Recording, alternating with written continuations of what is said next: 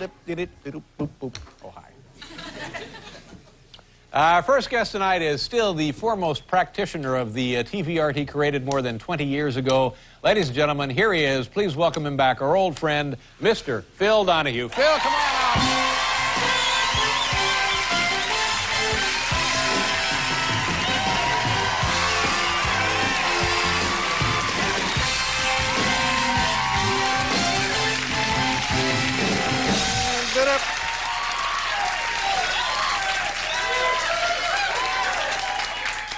Nice to have you here. Thank you very much for joining us. As always, let me just take a second here to say that I admire you, I admire your work, and I admire your life.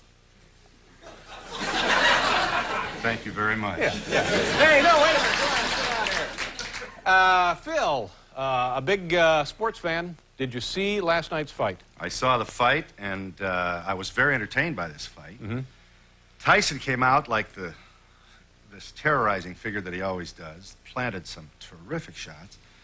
And then in the fifth comes back the razor, and the ref, this was an artificial ending. I don't know anybody out there who can possibly, anybody close to this game, can possibly say that this was the way you do it. It was very unsatisfying to watch, wasn't it? Very, but I'll tell you what, obviously we've got another fight with Tyson and Oh, Ruddock. I know. And so here's Evander over there saying, hey, you guys, you know, all the money's coming in. $35 for the fight. I paid $35.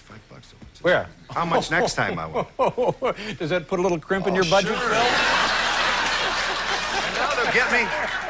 How much you want to bet it's going to be more than 35 the next time? Of course it will be. Yeah, but that's the American way. And the Free sucker market will enterprise. pay it then, too. Yeah. But, you know, as long as we're talking about the fight, let me just mention a couple of things. At first, I saw now the last Tyson fight where he murdered a guy in 18 seconds. And I just thought, no, that can't be. I mean, when you get to the World Series, when you get to the Super Bowl, it looks like everybody involved really is trying as hard as they can. The last time there was a Tyson fight, it was like we'll take the second guy off a bus, put him in the ring, boom, have a fight. Well, it'd be hard for anybody to suggest that these guys nobody took a dive last night in That's that not fight. what I'm saying. It's just that one, in fact, in the middle innings. You mean that there's no matches? That's right. Well, it certainly was.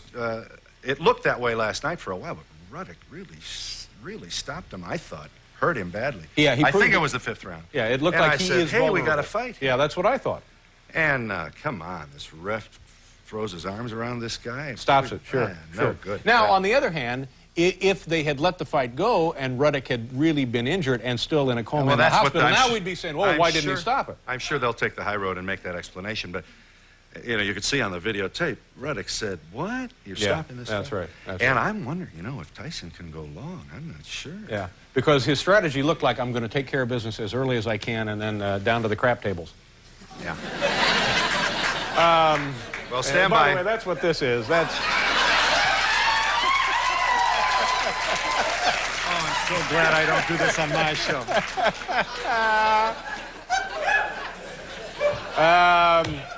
But speaking of Nevada and things like that, the Wild West, tell me about the show. Well, we were live from a whorehouse.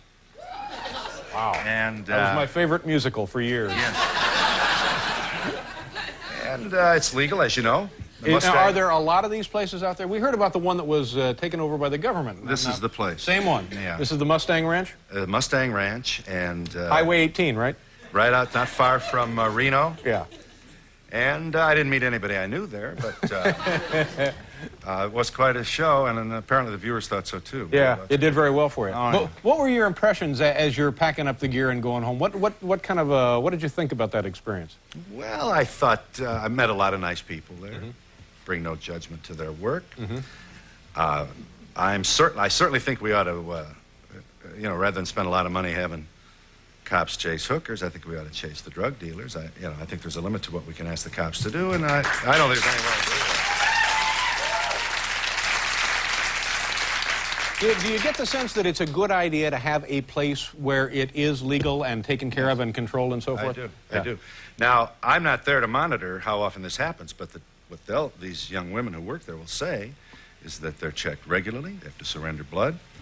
So you get some, at least modest guarantee of safety, health safety. And nobody gets beat up there. It's very secure for these women. So here we are. The oldest profession is now legal, at least in Nevada, and he wants to bring it. Joe Conforti runs a place.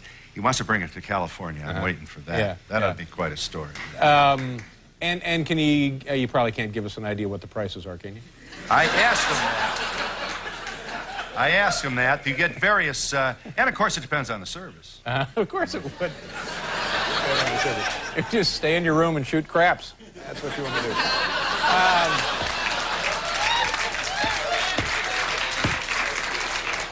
Phil, we have to do a commercial. I understand. When we come back, we're going to show a few minutes of that very show. How recently was it on? This is a show we did in February. Okay, good. We'll do that when we come back here with Phil Donahue.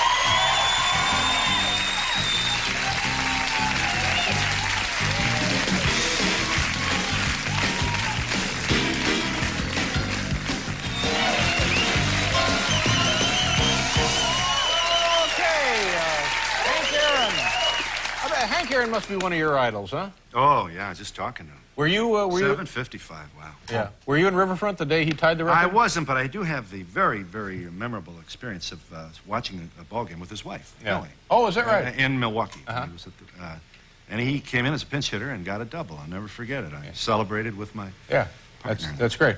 And at the time, I think that there was some kind of the controversy. The commissioner wasn't going to go, didn't go down to see him break the record in Atlanta. Remember that? I do. Bowie Kuhn at the time? Well, it's certainly recorded that Henry Aaron did not get the attention that this royal superstar deserved, and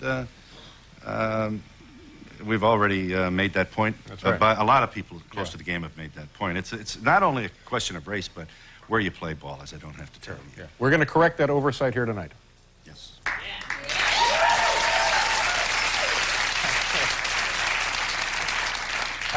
Let's take a look now at the videotape of your experiences out there in Nevada. Oh, This you is got the pieces. yeah, we got a little bit here. This is now. How many of these exist? Did I ask you that? I don't remember. I don't know. Is it thriving? Are there people waiting in line to build up new ones? Well, I think the Mustang's doing all right. You know, they had to do some promotional work after they shut them down. Yeah. You know, Now, why did they shut them down? Well, the guy owed some money, lots of money. Oh, it was a tax deal? And then the government got very embarrassed because all the press said that the United States government was running a brothel. And Sure, so, sure. You know, this is not the kind of press the Bush administration is looking for. Yeah, yeah. But, you know, it could be a job for Quayle. Just send him out there.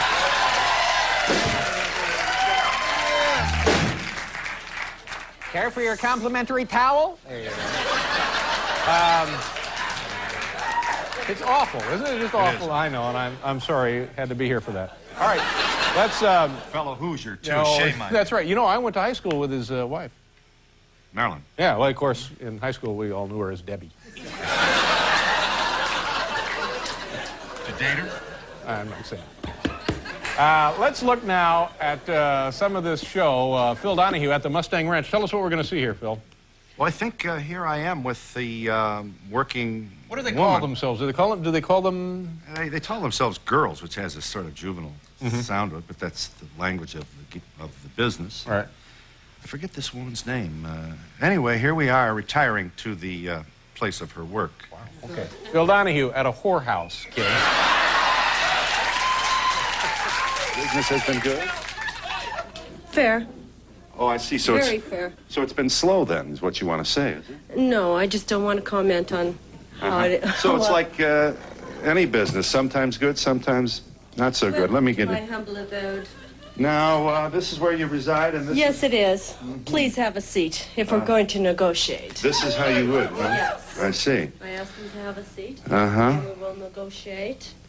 And we have 1,000 different parties, 1,000 different prices, 1,000 different time limits. Right. So it all depends on what the client would like. I see.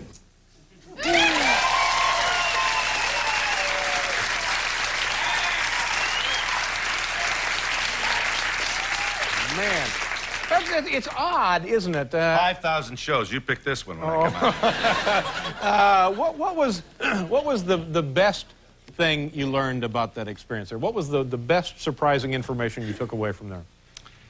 There's one thing these women will not do. Well, hell, that's no surprise. Do you know what it is? They will not do. It will not kiss the Is that customer. right? Yeah. Kiss is a sign of endearment. It's something it's an act of an expression of love Intimacy to someone that they they- care about. yeah. Will not kiss Yeah, the customer. Yeah. Okay. You know, where would you be if I didn't come out and tell you this kind of Did you leave your tie on, Phil?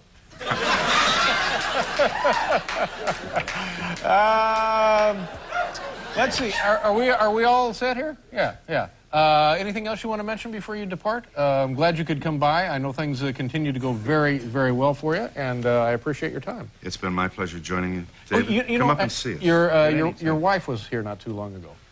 She did a spit take. She did a spit take. Yeah. She was very, very good Excellent. at it. Yeah. Well, it's not everybody can do it, and it's a family thing. There's a genetic feature. Yeah, but you wouldn't. Do you think you can do it because you're not? No doubt about it. It's the same gene. Do we have time for this? All right, you want to try one? Yeah. All right, what do you need? You get the water here? I'll just be right here if you need anything. Okay. You got a line? No, I don't have a line. I hope you have a line. Do you have a line? Okay. So, Phil, before you leave, I understand Oprah Winfrey makes $35 million a year.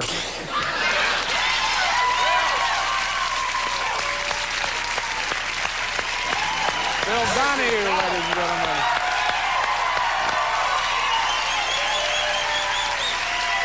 We'll be right back.